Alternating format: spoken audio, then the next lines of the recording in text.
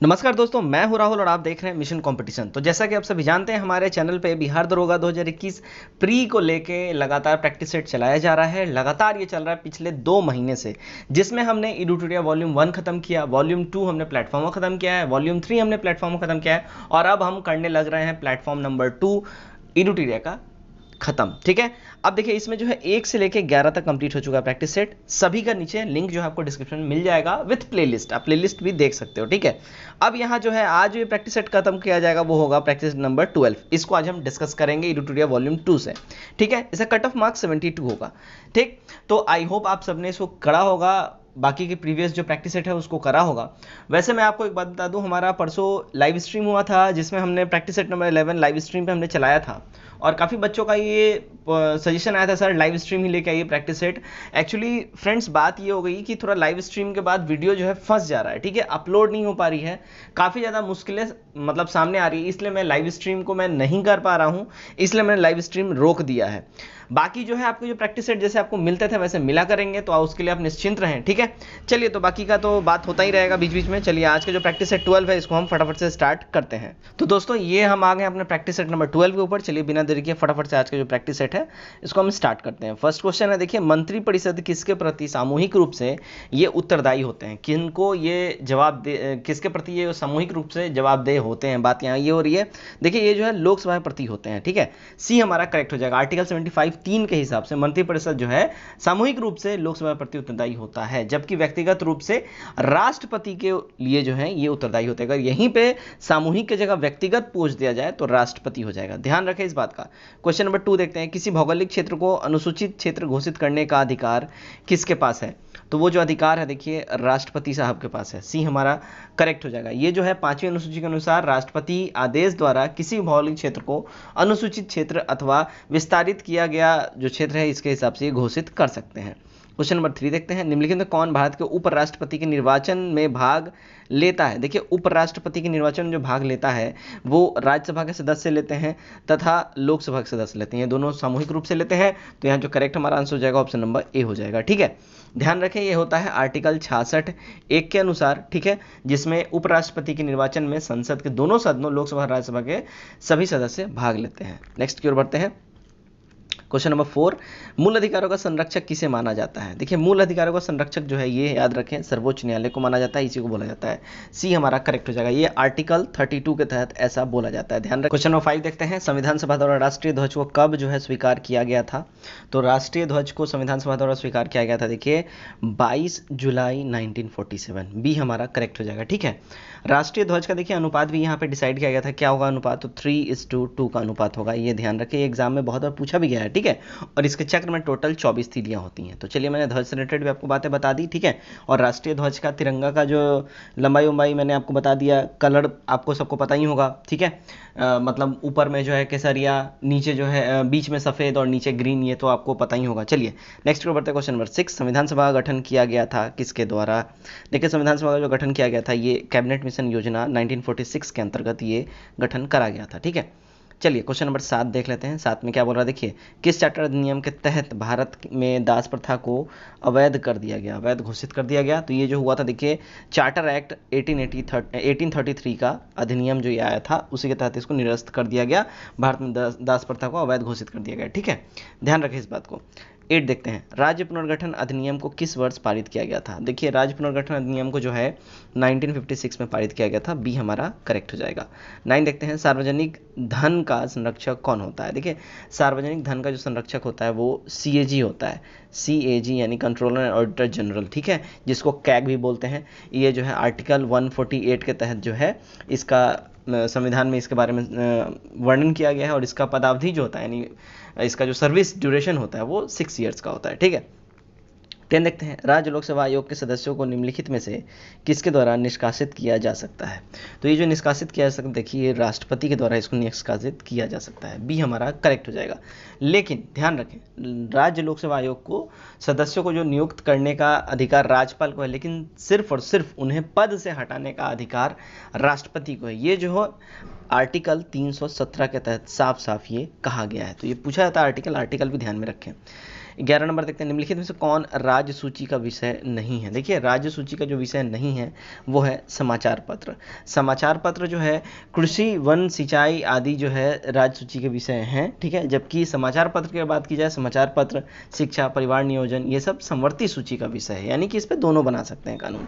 12 देखते हैं, 8वीं अनुसूची में मूल रूप से कितनी भाषाएं थीं। देखिए 8वीं अनुसूची में मूल रूप से देखिए 14 लैंग्वेजेस थी, 14, ठीक है। लेकिन अभी करंट टाइम में इसमें टोटल 22 लैंग्वेजेस हैं। करंट टाइम की बात करें तो 1967 में सिंधी को, 1992 में कोंकणी, मणिपुर, नेपाली को, और 2003 में जो है मैथिली, संथाली, डोगरी एवं बोडो भाषा को भी इसमें मिला लिया गया, जिसके बाद ये नंबर बढ़ के 22 हो गया है, ठीक है। 13 देखते हैं, आधुनिक कंप्यूटर की खोज सबसे पहले किस वर्ष की गई थी। तो आधुनिक कंप्यूटर की खोज सबसे पहले 1946 में करा गया था। ये हमारा करेक्ट हो जाएगा। Father of computer Charles Babbage को बोलते हैं, ये ध्यान रखें इस बात को।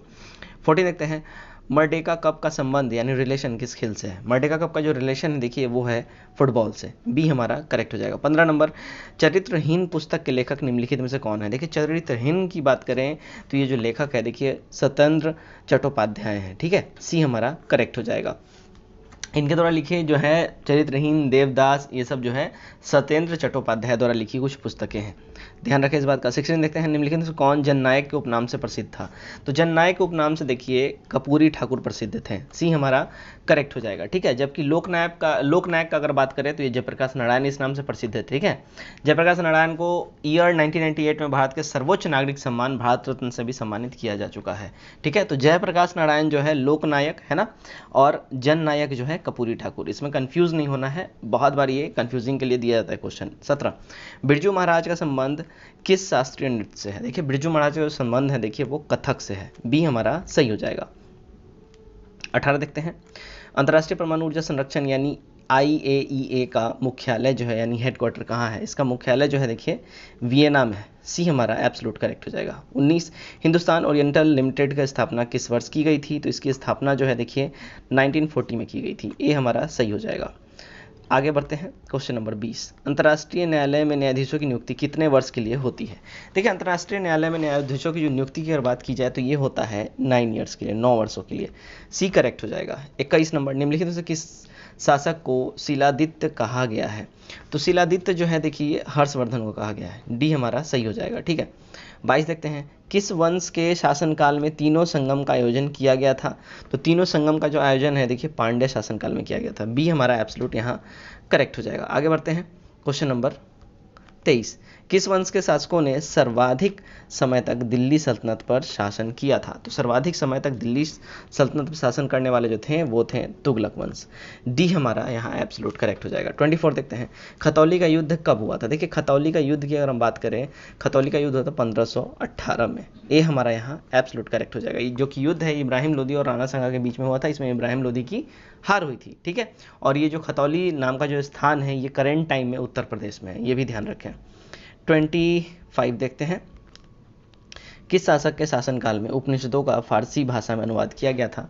तो वो जो शासक था वो था शाहजहां। डी हमारा करेक्ट हो जाएगा, ठीक है। शाहजहां ने 52 उपनिषदों का जो है अनुवाद सीरे अकबर में किया था। शाहजहां ने ही विश्व प्रसिद्ध जो है ताजमहल का निर्माण इसी के द्वारा करवाया गया था, ये भी ध्यान रखें। 26, बटलर कमेटी 1927 का उद्देश्य क्या था। देखिए बटलर कमेटी 1927 इसका जो उद्देश्य था क्या था, तो ये था भारत सरकार एवं देशी राज्यों के बीच संबंधों का सुधारना। यही इसका एम था बटलर कमेटी का, जो कि 1927 में ये भारत आया था जो, ठीक है। चलिए आगे बढ़ते हैं, नेक्स्ट है हमारा 27, डेक्कन एजुकेशन सोसाइटी की स्थापना निम्न में से किसने की थी। देखिए डेक्कन एजुकेशन सोसाइटी की स्थापना है ये बीजी तिलक यानी बाल गंगाधर तिलक के द्वारा किया गया था। कब किया गया था, तो 1980 में किया गया था, ठीक है। 1980 में इसका स्थापना किया गया था और इस सोसाइटी की स्थापना का उद्देश्य देश में शिक्षा और संस्कृति का विकास करना था। 28, निम्नलिखित नेताओं में से कौन स्वदेशी के समर्थक थे। देखिए स्वदेशी के समर्थक थे वो थे अरविंद घोष। इन यहाँ पे इनके अलावा तो यही दो हैं, तो इन दोनों में यहीं सिर्फ अरविंद घोष ही थे जो स्वदेशी के समर्थक थे, ठीक है। बी हमारा यहाँ बिल्कुल ही करेक्ट हो जाएगा। चलिए आगे बढ़ते हैं। 29, वर्नाक्युलर प्रेस एक्ट किस गवर्नर जनरल के शासनकाल में पारित किया गया था। तो ये जो पारित किया गया था देखिए ये लॉर्ड लिटन के शासनकाल में पारित किया गया था। बी सही हो जाएगा हमारा। 30 नंबर, मुस्लिम लीग द्वारा प्रत्यक्ष कार्यवाही दिवस कब मनाया गया। देखिए मुस्लिम लीग द्वारा प्रत्यक्ष कार्यवाही दिवस जो है 16 अगस्त 1946 को मनाया गया। सी हमारा यहाँ बिल्कुल ही करेक्ट हो जाएगा। आगे बढ़ते हैं। 31, एक ही कब्र में 3 मानव कंकाल किस स्थान से प्राप्त हुए हैं? तो देखिए ये जो प्राप्त हुआ है ये दमदमा से प्राप्त हुआ है, ये हमारा सही हो जाएगा। ठीक है, दमदमा कहाँ है? तो ये उत्तर प्रदेश में है। ठीक है, बुर्जहोम नामक स्थान से मानव के साथ कुत्तों को दफनाए जाने का प्रमाण मिला है, तो कंफ्यूज नहीं होना है। मानव के साथ कुत्तों का बोला जाए तो वो बुर्जहोम से हो जाएगा, और एक ही कब्र में 3 मानव कंकाल की बात की जाए तो वो दमदमा से हो जाएगा। ठीक है, चलिए आगे बढ़ते हैं। 32, आयुष्मान भारत योजना में केंद्र तथा राज्यों का अनुदान क्रमशः किस अनुपात में होता है? तो केंद्र और राज्यों का जो अनुपात है देखिए होता है 60:40 का रेशियो। ठीक है, 60 केंद्र देती है, 40 राज्य देता है। 33 देखते हैं, निम्नलिखित में से कौन उत्पादन के 4 प्रमुख कारण हैं? तो उत्पादन के 4 जो प्रमुख कारण है वो है भूमि, श्रम, पूंजी और संगठन। ये हमारा यहाँ सही हो जाएगा। आगे देखते हैं 34, घटिया वस्तु के लिए मांग गिरती है जब, तो मांग कब गिरती है घटिया वस्तु के लिए? जब आय बढ़ती है तब घटिया वस्तु के लिए मांग गिरती है। बी हमारा करेक्ट हो जाएगा। 35, निम्नलिखित में से किसने बाजार नियम का प्रतिपादन किया था? देखिए बाजार नियम का जो प्रतिपादन है ये किया था JB सेन ने। ठीक है, डी हमारा करेक्ट हो जाएगा, याद रखें इस बात का। चलिए आगे बढ़ते हैं 36, भारत में गरीबी निवारण हेतु सी रंगराजन समिति का गठन ये कब किया गया था? तो सी रंगराजन समिति का गठन जो है ये किया गया था साल 2012 में। बी हमारा सही हो जाएगा, गरीबी निर्धारण हेतु रंगराजन समिति का गठन किया गया था, इस बात का ध्यान रखें। 37, रेड डाटा बुक का संबंध निम्न में से किससे है? देखिए रेड डाटा बुक का जो संबंध है ये होता है विलुप्त के संकट से ग्रस्त जंतुओं से। ठीक है, जो बिल्कुल विलुप्ति के कागार पे होते हैं उसी जंतुओं का जो सारा डाटा जो रखा जाता है उसी को रेड डाटा बुक बोला जाता है। 38 देखते हैं, 38 में क्या है, निम्नलिखित से किसने ग्रीन हाउस गैसों का संकल्पना की थी? तो इसका जो संकल्पना किया था ये करा था, देखिए याद रखें ये जोसेफ फेरियर ने किया था, ये हमारा यहाँ बिल्कुल ही सही हो जाएगा। ठीक है, ग्रीन हाउस गैस संकल्पना जो है सबसे पहले जोसेफ फेरियर ने किया था, कब किया था?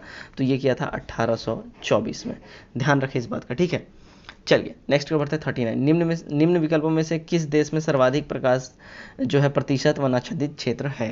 तो सर्वाधिक प्रतिशत जो वनाच्छादित क्षेत्र की बात करें तो वो है सूरीनाम में, ये हमारा सही हो जाएगा। ECIA यानी कि वर्ल्ड फैक्ट बुक रिपोर्ट के हिसाब से जो है 2019 में सबसे अधिक जो प्रतिशत वनाच्छादित क्षेत्र जो है सूरीनाम है, जिसका परसेंटेज भाग बोले तो 95.4% जो है यहाँ पे वन ही है। ठीक है, चलिए आगे बढ़ते हैं।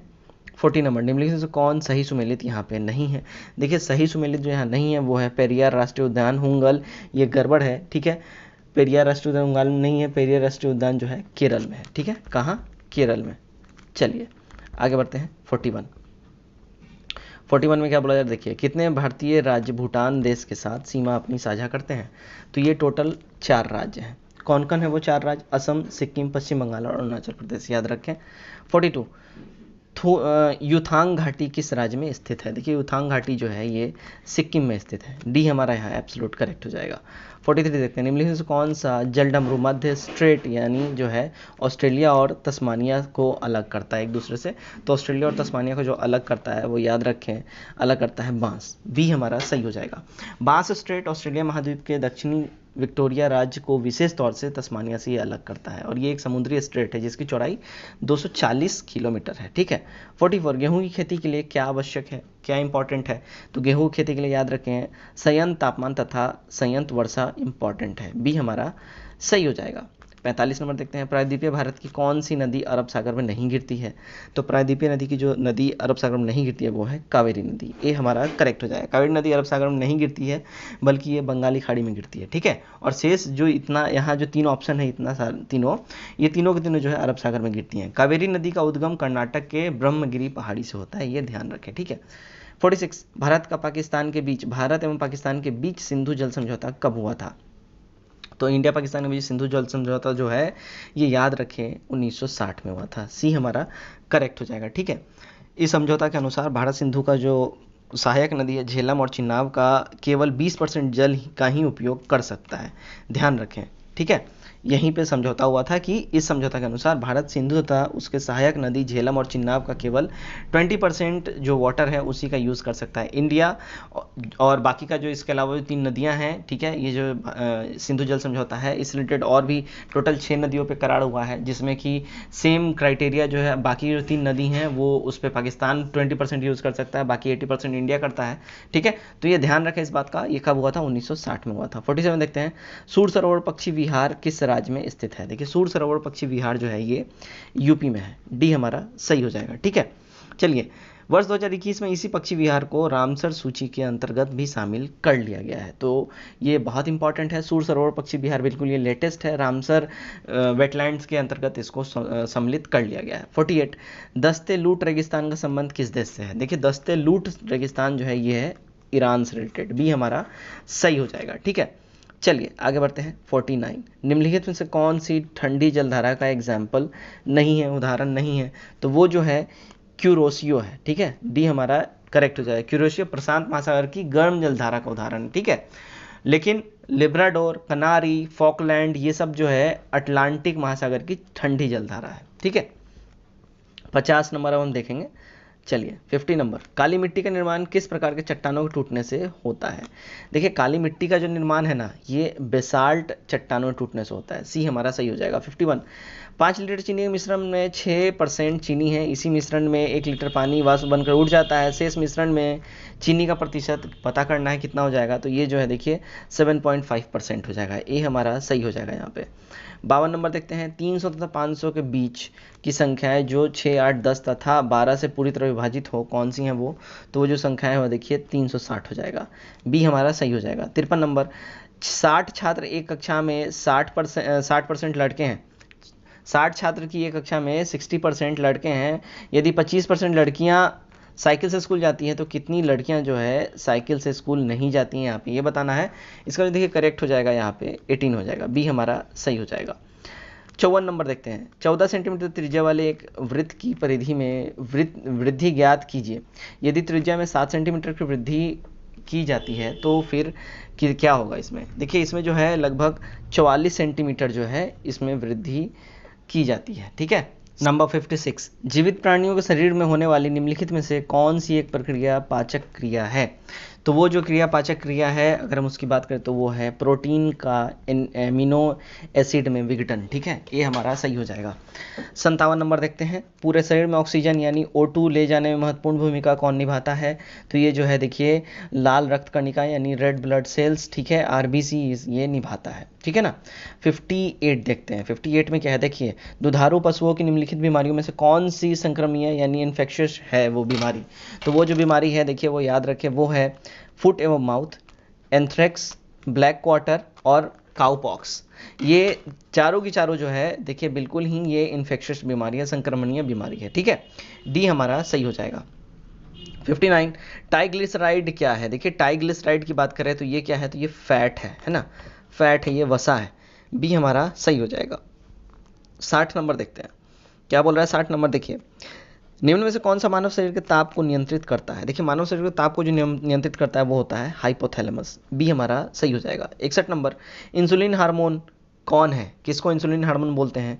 तो वो जो है वो है पेप्टाइड, ए हमारा सही हो जाएगा। 62 निम्न में से कौन ग्रीन हाउस गैस का मुख्य घटक नहीं है? देखिए ग्रीन हाउस गैस का जो मुख्य घटक नहीं है वो है ऑक्सीजन, सी हमारा यहाँ बिल्कुल ही सही हो जाएगा। आगे बढ़ते हैं क्वेश्चन नंबर 63 की ओर। लंबे समय तक कठोर शारीरिक कार्य के बाद मांसपेशियों में थकान का अनुभव होने के कारण क्या होता है? देखिए इसमें मांसपेशियों में थकान होता है वो इसलिए होता है क्योंकि लैक्टिक एसिड का हमारे बॉडी में संचय होने लगता है, इसलिए हमारे जो मसल्स हैं वो थके थके से महसूस करते हैं, डी हमारा सही हो जाएगा। 64 नंबर देखते हैं, तालाबों और कुओं में निम्न में से किसके छिड़काव के कारण मच्छरों को नियंत्रित करने में मदद मिलती है? तो मच्छरों को नियंत्रित करने में जो मदद मिलती है वो होता है देखिए गैम्बूसिया फिश की वजह से। ठीक है, सी हमारा करेक्ट हो जाएगा। ठीक है, चलिए 65 जीवित प्राणियों में क्रमिक विकास की दृष्टि से निम्नलिखित में से कौन सा एक क्रमिक विकास का सही अनुक्रम है? तो सही अनुक्रम की बात करें, पहले तो ऑप्शन ऊपर मैं लेता हूँ। ठीक है, तो सही अनुक्रम की अगर हम बात करें तो वो है शार्क, कच्छप और उदबिलाव। ठीक है, बी हमारा सही हो जाएगा। तो जीवित प्राणियों में क्रमिक विकास का जो दृष्टि जो सही ऑर्डर है वो हो जाएगा पहले शार्क, फिर कच्छप और फिर उदबिलाव, बी सही हो जाएगा। नेक्स्ट देखते हैं क्वेश्चन नंबर 66, समुद्री जल द्वारा प्राप्त नमक को शुद्ध करने के लिए कौन सी विधि का प्रयोग किया जाता है?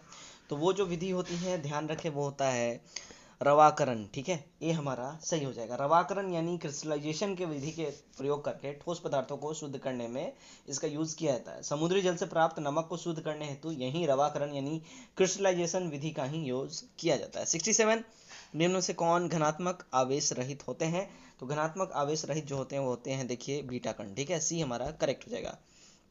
68 नंबर देखते हैं, ऊर्जा की इकाई एक कैलोरी का मान किसके बराबर होता है? तो एक कैलोरी का जो मान होता है वो देखिए वो होता है 4.184 जूल के बराबर। सी सही हो जाएगा। 69, लिटमस विलयन जब ना तो अम्लीय होता है और ना ही क्षारीय, तब वह किस रंग का हो जाएगा? तो देखिए वो जो हो जाएगा बैगनी रंग का हो जाएगा। डी हमारा यहाँ बिल्कुल ही सही हो जाएगा। आगे बढ़ते हैं 70 नंबर। देखिए निम्न में से किसका प्रयोग जंग रहित लोहा बनाने में किया जाता है? तो जंग रहित लोहा बनाने में जो है देखिए क्रोमियम का यूज किया जाता है। सी करेक्ट हो जाएगा, है ना। तो क्रोमियम जो है, जो कि एक मिश्र धातु है, स्टेनलेस स्टील से ये बनती है, ठीक है, जिसमें जंग नहीं लग पाता है, ठीक है। चलिए नेक्स्ट की ओर बढ़ते हैं। 71, निम्न में से कौन अदिश राशि का एग्जाम्पल है? तो अदिश राशि का एग्जाम्पल जो है वो है ऊर्जा। डी सही हो जाएगा हमारा। 72 नंबर देखते हैं, किसी वस्तु का जड़त्व मापने के लिए कौन सी इकाई का यूज किया जाता है? तो वो जो इकाई होता है वो होता है द्रव्यमान। ए सही हो जाएगा हमारा। 73 नंबर, पृथ्वी अपने अक्ष के चारों ओर चक्कर लगाती है, यह जो है किस प्रकार की गति का एग्जाम्पल है? तो ये जो है देखिए घूर्णन गति का एग्जाम्पल है। बी हमारा सही हो जाएगा, ठीक। आगे बढ़ते हैं। 74 नंबर, हवाओं में कैसी ऊर्जा होती है? देखिए हवाओं में जो है ना, ध्यान रखें, गतिज ऊर्जा होती है। सी यहाँ हमारा जो है बिल्कुल ही सही हो जाएगा। आगे बढ़ते हैं। नेक्स्ट है हमारा 75 नंबर, फरवरी 2021 में नेशनल हॉर्टिकल्चर फेयर का आयोजन कहाँ किया गया था? तो हॉर्टिकल्चर फेयर कल्चर का आयोजन है देखिए बेंगलुरु में किया गया था। सी यहाँ एब्सोल्यूट करेक्ट हो जाएगा। 76 नंबर, हाल ही में कौन सा राज्य ई कैबिनेट प्रणाली लागू करने वाला देश का पहला राज्य बन चुका है? ठीक है, तो वो जो राज्य है ध्यान रखें वो है हिमाचल प्रदेश। बी हमारा यहाँ सही हो जाएगा। हिमाचल प्रदेश सरकार द्वारा शिमला में पहली ई कैबिनेट का उद्घाटन किया गया। कैबिनेट ज्ञापन और कैबिनेट की कार्यवाही को कागज रहित बनाकर हिमाचल प्रदेश ई कैबिनेट प्रणाली को लागू करने वाला देश का पहला राज्य बन चुका है। 77 नंबर देखते हैं, किस मंत्रालय द्वारा वर्चुअल भारत पर्व 2021 का आयोजन किया गया? तो वर्चुअल भारत पर्व का जो आयोजन किया गया वो था पर्यटन मंत्रालय के द्वारा। सी करेक्ट हो जाएगा, ठीक है। पर्यटन मंत्रालय ने भारत पर्व 2021 में 3 वर्चुअल मंडप देखो अपना देश और स्टैचू ऑफ यूनिटी का अतुल्य भारत को जो है ये समर्पित करके और इसका अनावरण किया। 78 देखते हैं, सभी प्रारूप में 10,000 अंतर्राष्ट्रीय रन बनाने वाली पहली भारतीय महिला क्रिकेटर कौन बन गई? तो जो पहली भारतीय महिला क्रिकेटर हैं वो हैं मिताली राज। ये हमारा बिल्कुल ही सही हो जाएगा। 79 देखते हैं, भारत का सबसे बड़ा floating solar park power plant कहाँ स्थापित किया गया है? तो ये जो है देखिए ये तेलंगाना में स्थापित किया गया है। ये यहाँ बिल्कुल ही सही हो जाएगा। तेलंगाना के जो है पेद्दावली जिले में ये एनटीपीसी द्वारा भारत का सबसे बड़ा फ्लोटिंग पावर सोलर प्लांट स्थापित किया गया। 80 नंबर, हाल ही में किसे राष्ट्रीय सुरक्षा गार्ड यानी एनएसजी का महानिर्देशक यानी डायरेक्टर, ठीक है, ये नियुक्त किया गया है? तो ये जो है देखिए ध्यान रखें ए गणपति को नियुक्त किया गया है। सी हमारा सही हो जाएगा। सॉरी। 81 नंबर देखते हैं, संस्कृत भाषा के लिए साहित्य अकादमी पुरस्कार 2020 से किसे सम्मानित किया गया? तो इस पुरस्कार जो सम्मानित किया गया है वो है महेश चंद्र शर्मा गौतम को। बी हमारा सही हो जाएगा, ठीक है ना। देखिए साहित्य अकादमी पुरस्कार टोटल 20 भाषाओं में दिया जाता है। संस्कृत भाषा के लिए पुरस्कार जो है 2020 में, है ना, महेश चंद्र शर्मा गौतम को दिया गया है, ठीक है। उनकी जो कविता थी वैशाली, उसके लिए। 82 67वें राष्ट्रीय फिल्म पुरस्कार 2021 के तहत किस अभिनेत्री को सर्वश्रेष्ठ अभिनेत्री का पुरस्कार दिया गया? तो वो जो अभिनेत्री हैं वो हैं कंगना रनौत। बी हमारा सही हो जाएगा। सर्वश्रेष्ठ अभिनेत्री का किताब कंगना रनौत को ही दिया गया है। उनको जो है ये जो पुरस्कार है उनका जो मूवी था पंगा और मणिकर्णिका, इन दोनों फिल्म में बेहतर अभिनय के लिए इनको दिया गया है। 83 किस राज्य ने कुपोषण से लड़ने के लिए समर अभियान की शुरुआत की है? तो ये जो है झारखंड राज्य है। ये हमारा सही हो जाएगा। आगे बढ़ते हैं। अब देखते हैं 84 नंबर, अटलांटिक महासागर को पार करने वाली सबसे कम उम्र की महिला कौन बन गई हैं? तो सबसे कम उम्र की जो महिला बन गई वो है जैसिमन हैरिसन, ठीक है। बी हमारा यहाँ सही हो जाएगी। ये यूके की जैसिमन हैरिसन है ये, ठीक है, और इनका एज जो है 21 साल है बस, ठीक है। 85 देखते हैं, हाल ही में किस देश ने दुनिया के सबसे बड़े पवन ऊर्जा संयंत्र के निर्माण की घोषणा की है? तो ये जो देश है वो है साउथ कोरिया, दक्षिण कोरिया। सी हमारा करेक्ट हो जाएगा। इसने टारगेट 2030 तक का रखा है, वहां तक वो निर्माण इसका कर लेगा। आगे बढ़ते हैं। 86 नंबर, हाल ही में मारियो खींची ने किस देश के नए प्रधानमंत्री के रूप में शपथ ली है? तो मारियो खींची जो है देखिए इटली के प्रधानमंत्री के रूप में इसने शपथ ली है। यूरोपीय सेंट्रल बैंक के पूर्व प्रमुख मारियो खींची ने औपचारिक रूप से इन्होंने इटली के अगले प्रधानमंत्री के रूप में शपथ ग्रहण कर लिया है। 87 प्रसिद्ध पुस्तक Indian 71 year test the journey to transform in Australia के लेखक ये कौन है? तो ये जो लेखक है देखिए ये है आर कौशिक, सी हमारा यहाँ सही हो जाएगा। आगे बढ़ते हैं 88। दिसंबर 2020 को भारतीय अंतरिक्ष अनुसंधान संगठन इसरो ने किस ध्रुवीय प्रक्षेपण यान के नए संचार उपग्रह CMM-1 का सफल प्रक्षेपण किया? तो वो जो प्रक्षेपण किया गया है ध्यान रखिए वो जो है PSLV C50 का प्रक्षेपण किया गया है, हमारा डी करेक्ट हो जाएगा। ये जो है देखिए PSLV C50 द्वारा नए संचार उपग्रह यानी CMS-01 का सफल प्रक्षेपण किया गया, और इस प्रक्षेपण जो है ये जो है सतीश धवन अंतरिक्ष केंद्र श्रीहरिकोटा आंध्र प्रदेश से ये करा गया है। ठीक है, 89 नंबर देखते हैं क्या है। देखिए दिसंबर 2020 में अमेरिकी थिंक टैंक कैंटो इंस्टीट्यूट एवं कनाडा के फ्रेजर इंस्टीट्यूट द्वारा संयुक्त रूप से जारी मानव स्वतंत्रता सूचकांक में भारत का जो है रैंक क्या है? तो भारत का जो रैंक है देखिए 111वां है, सी हमारा यहाँ सही हो जाएगा। 90 नंबर देखते हैं। 90 में क्या है देखिए, हाल ही में द्विपक्षीय नौसैनिक अभ्यास बेरोजगार के दूसरे संस्करण का आयोजन किन दो देशों की नौसेनाओं के मध्य ये किया गया? तो ये जो है देखिए इंडिया और बांग्लादेश के मध्य ये किया गया, सी हमारा करेक्ट हो जाएगा। 91 नंबर, स्टार्टअप इंडिया सम्मेलन 2021 का आयोजन यहाँ कहाँ किया गया है? तो इसका जो आयोजन है देखिए ये न्यू दिल्ली में किया गया है, सी हमारा करेक्ट हो जाएगा, ये याद रखें। आगे बढ़ते हैं हम, नेक्स्ट हमारा 92। ओके, हाल ही में किस राज्य सरकार ने उद्यमी सारथी ऐप लॉन्च किया है? तो उद्यमी सारथी ऐप जो है देखिए ये याद रखें ये लॉन्च किया गया है उत्तर प्रदेश के द्वारा। ठीक है, हमारा सी एब्सोल्यूट करेक्ट हो जाएगा। 93 देखते हैं। जनवरी 2021 में लॉन्च किए गए इनोवेशन सैंडबॉक्स वेब पोर्टल का संबंध किससे है? तो इसका जो रिलेशन है देखिए ये है बॉम्बे स्टॉक एक्सचेंज से। ठीक है, डी हमारा यहाँ सही हो जाएगा। आगे बढ़ते हैं 94। निम्नलिखित में से किसे डिजिटल इंश्योरेंस का ब्रांड एम्बेसडर बनाया गया है? तो डिजिटल इंश्योरेंस जो ब्रांड एम्बेसडर बने हैं वो हैं विराट कोहली, बी हमारा सही हो जाएगा। 95 देखते हैं क्या है, हाल ही में किस राज्य के राज्यपाल को कलिंग रत्न पुरस्कार से सम्मानित किया गया है? तो ये जो पुरस्कार दिया गया है देखिए आंध्र प्रदेश के राज्यपाल को दिया गया है, डी हमारा सही हो जाएगा। आंध्र प्रदेश के राज्यपाल कौन है? तो विश्वभूषण हरिश्चंद्र हैं, उन्हीं को ये कलिंग रत्न अवार्ड से सम्मानित किया गया है। उन्हें सम्मान उपराष्ट्रपति वेंकैया नायडू के द्वारा ये दिया गया है। 96 गोल्डन ग्लोब अवार्ड जीतने वाला प्रथम भारतीय निम्नलिखित में से कौन है? तो प्रथम भारतीय जिसने गोल्डन ग्लोब जीता वो है AR रहमान, बी हमारा करेक्ट हो जाएगा। 1944 से प्रतिवर्ष ये गोल्डन अवार्ड दिया जा रहा है। ठीक है, और ये अवार्ड जीतने वाला जो फर्स्ट इंडियन अगर बात की जाए तो वो संगीतज्ञ जो है AR रहमान यानी जो म्यूजिशियन AR रहमान है उनको ये मिला है। 97 निम्नलिखित में से किस देश के संसद का नाम पार्लियामेंट नहीं है? तो पार्लियामेंट जिनका संसद का नाम नहीं है वो है पोलैंड। ठीक है, ये करेक्ट हो जाएगा। कनाडा का भी है, ब्रिटेन का भी है और ऑस्ट्रेलिया का भी संसद का नाम पार्लियामेंट ही है। पोलैंड जो है याद रखें पोलैंड के संसद का नाम सोजियम है। ठीक है, ध्यान रखें इस बात का। 98 देखते हैं। 98 में क्या है, संयुक्त राष्ट्र संघ के किस अंग को विशेष की लघु संसद कहा जाता है? विश्व की लघु संसद, सॉरी विशेष मैंने बोल दिया, विश्व की लघु संसद किसको कहा जाता है? तो विश्व की लघु संसद जो है ध्यान रखिए ये जो है विश्व की लघु संसद इसको कहा जाता है महासभा को। ठीक है, डी हमारा यहाँ एब्सोल्यूट करेक्ट हो जाएगा।